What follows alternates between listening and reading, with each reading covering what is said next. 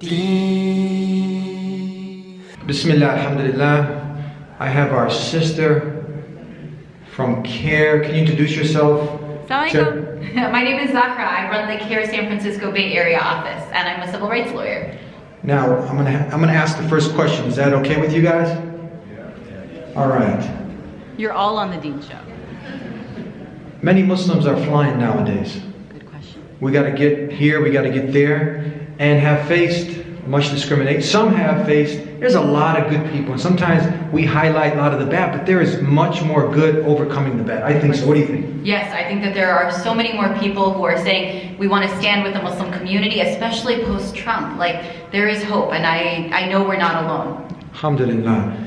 Now, you've had people also on the other side, they've spoken Arabic, and they said God is great, all praise to God, Assalamu alaikum, the greeting of Jesus, and they got kicked off planes. Recently, I think we can derive some benefit from this story. There was a brother that went viral all over, and he said he was speaking to his mom, and they kicked him off, and etc., etc. So the 2 points to this question. One is, and then there's debate about, was it a prank, was it this, that, and that goes back to what I was saying earlier. Following the Prophet ﷺ, even when we're joking, we're honest. No taqiyya, my friends, no. Now, the important thing is, what do? You're the attorney. If you come across, and what constitutes racism or Islamophobia, and you're in this predicament, right? You're an older lady, older man, young woman, and give us some live example of really, there's no debate about it, where someone actually went through something of this and how to handle it. Right, good question. So in the past year, we've received at least a dozen complaints from across the country, people who've been kicked off planes. Some legitimate, some questions. It's always hard to say. So here's my recommendation to people who might be traveling. Get to the airport on time. Be polite and be courteous. Know that everything that you put in your bags, in your electronics, can be searched. And then also, the reality is that airline staff have a lot of discretion. They can kick people off of planes. They can't do it for racial or religious reasons, but what gets challenging is proving that, right? So if I'm yelling on the plane in English, in Arabic, in Spanish, in Urdu, they can kick me off. But if they only kick off people yelling in Arabic, then that's going to be discriminatory. The hard part is proving it. So what I tell people is, look, dot your I's, cross your T's, be a well-behaved passenger, and then if something happens, call CARE. Don't make it worse. Don't get into a physical altercation. You don't have to answer any questions from law enforcement, and generally airlines have been good about putting people on the next flight because they want to protect themselves from a lawsuit. Now, that doesn't mean that there isn't legal recourse. There is, but that's where you call CARE. Don't start a fight.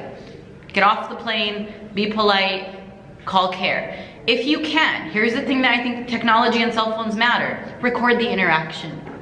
Don't be confrontational in doing this. And this is, by the way, something that everyone can do. So if I'm getting kicked off and Brother Eddie's like, what? Like, what's happening to Sister Zahra? He can pull out his cell phone and start recording.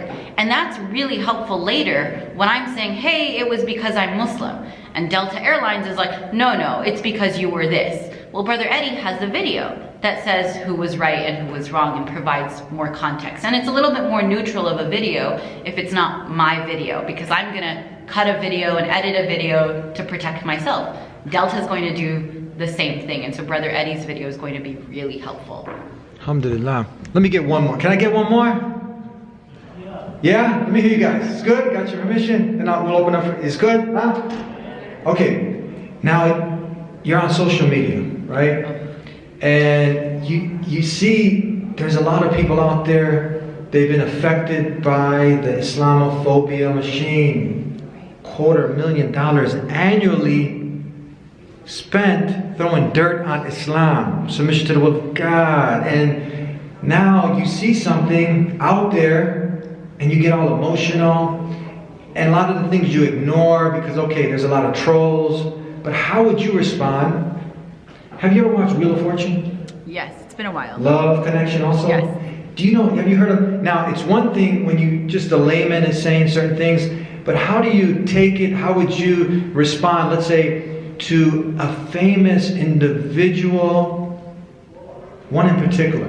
It really saddened me. Hopefully this can reach our brother in humanity and others who just kind of fit in and they just start throwing dirt also. So the tweet went a little something like this. Can I just say that 10 years ago at conferences like this, we didn't talk about Twitter because it wasn't even a real thing, which is just interesting about how time has moved. Amazing.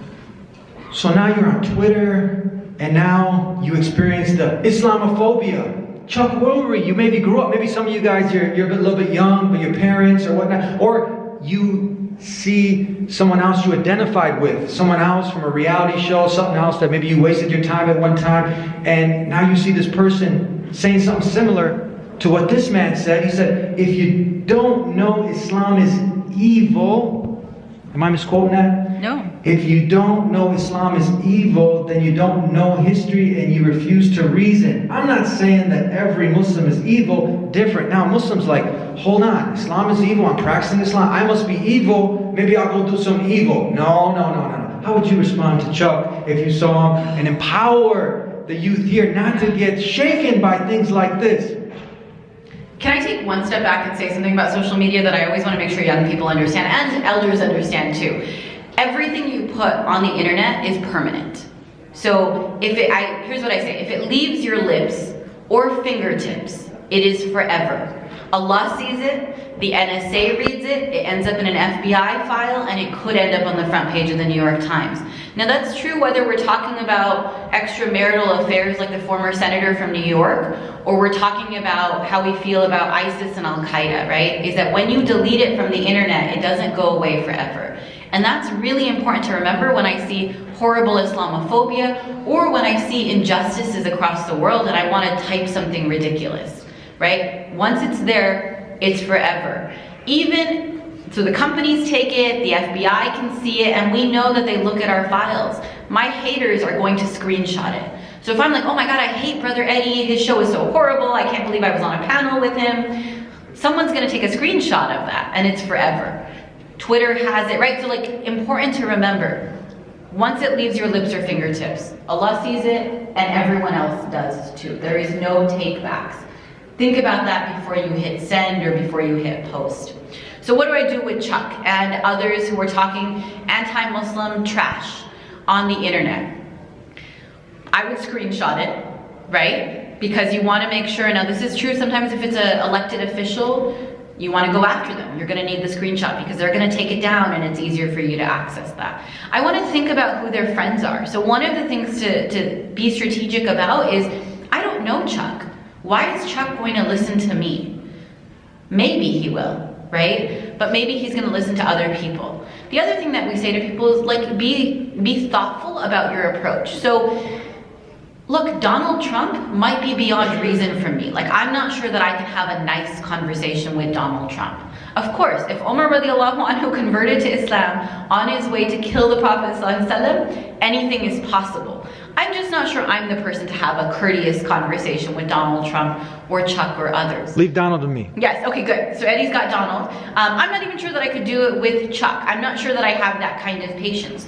But there are some people who have tried that, right? So the two things that I would suggest, one, see who their friends and influencers are. Maybe there's someone that's going to be more sympathetic that they will listen to, that you can get to first, right? In that same way, like, look, I want mom to get me to give me permission for something. Maybe I'm gonna ask her favorite kid, not like, the ask isn't gonna come from me, not that mom has favorite kids.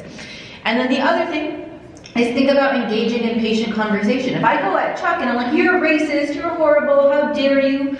That might turn him off. That's not to say that some people don't deserve that. They absolutely do, but in some cases, the first way to try is patient conversation. What would you, give me a minute, a personal, Chuck, you know, it's such a small world, Chuck Woolery, he checks the tweet, Chuck, we got love for you, that's why we're sending you this message. Give a personal one to him. What would you say to him personally when you hear something like this? To maybe, who knows? Islam, when you sincerely look into it, it just penetrates the heart. That's why it's the fastest growing way of life out there that provides peace and purpose and empowerment. Tell me, talk to Chuck. Chuck, because he might never make that human connection I and think meet him. Eddie wants to talk to Chuck. I'd love to talk to Donald Trump. They might never meet a Muslim. So you're meeting them, Chuck.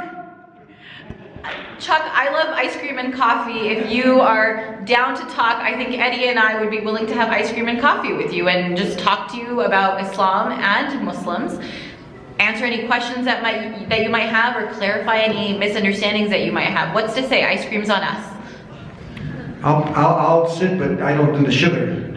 I'll take it. Well, then you're not invited. I'll do the juice. How about juicing? We can do some vegetable juice. People are less nice over juice. We need sugar. Okay, your guys' turn. Go ahead.